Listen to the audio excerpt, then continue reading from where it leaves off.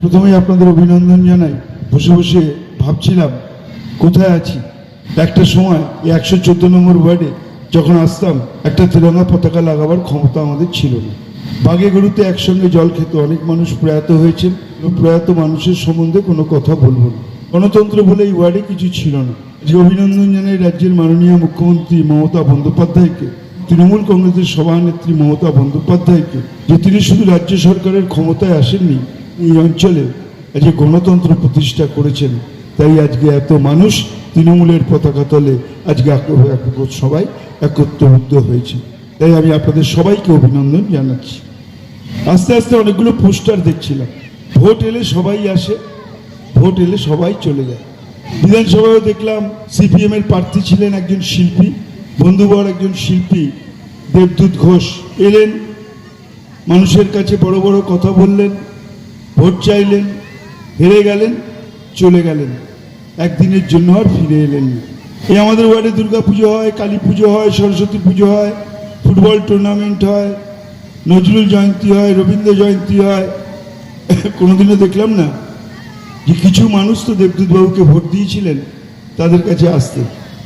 পক্ষান্তরে যদি কোনো কমরেড মারা যায় সেখানেও কিন্তু কাউকে খুঁজে পাওয়া যায় না। পাওয়া যায় আমাদের দলের প্রতিনিধিদের, আমাদের কাউন্সিলর বিশ্বজিৎ মণ্ডলকে। দেখছিলাম অনেক পতাকা লাগিয়েছে, কত স্লোগান। আজকে যদি সেই সিপিএম এর প্রার্থী, নতুন প্রার্থী ভাতৃসম, সেরকম কিছু বলতে চাইনি। শুধু এইটুকু ওনার জন্য বলবো, হাতি ঘোড়া গেল তল, মশা বলে কত জল। আজকে আপনি বড় বড় কথা বলছেন। যদি এই অঞ্চলের মানুষ আপনাকে প্রশ্ন করে আপনাকে কেন ভোট দেব, আপনি যে দলের প্রতিনিধিত্ব করছেন সেই দলের নেতা কে ছিলেন? বুদ্ধদেব ভট্টাচার্য। রাজ্যের প্রাক্তন মুখ্যমন্ত্রী কে ছিলেন? বুদ্ধদেব ভট্টাচার্য। এই অঞ্চলের বিধায়ক কে ছিলেন? অরূপ বিশ্বাসের আগে বুদ্ধদেব ভট্টাচার্য। কত বছর বিধায়ক ছিলেন? 24 বছর। মানুষের ভোটকে লুট করে আপনি জিতেছেন। এই অঞ্চলের মানুষের জন্য কি কাজ করেছেন? যদি এখানকার মানুষ জিজ্ঞেস করে, আজকে বুদ্ধবাবু অসুস্থ, সম্মানীয় ব্যক্তি, আমি তার দ্রুত আরোগ্য কামনা করছি, কিন্তু যদি আজকে মানুষ জিজ্ঞেস করে যে বুদ্ধবাবু আপনি 24 বছর এখানকার বিধায়ক ছিলেন, মানুষের ভোট লুট করে আপনি ক্ষমতায় গেছেন, এই অঞ্চলের মানুষের জন্য আপনি কি কাজ করেছেন? কোনোদিনও এই অঞ্চলের মানুষকে মানুষ ভেবেছেন? এদের জন্য কিছু করতে হবে কোনোদিনও ভেবেছেন? একটা ব্রিজ, একটা রিক্সা এলে আর একটা রিক্সা যেত না। কোনোদিন আপনি তো রাজ্যের মুখ্যমন্ত্রী ছিলেন, আপনি যদি বলতেন ব্রিজগুলো তো প্রশস্ত হতো, আপনি তো সে কাজটা করলেন না। আজকে তো আমরা অভিনন্দন জানাই রাজ্যের মাননীয় মুখ্যমন্ত্রীকে।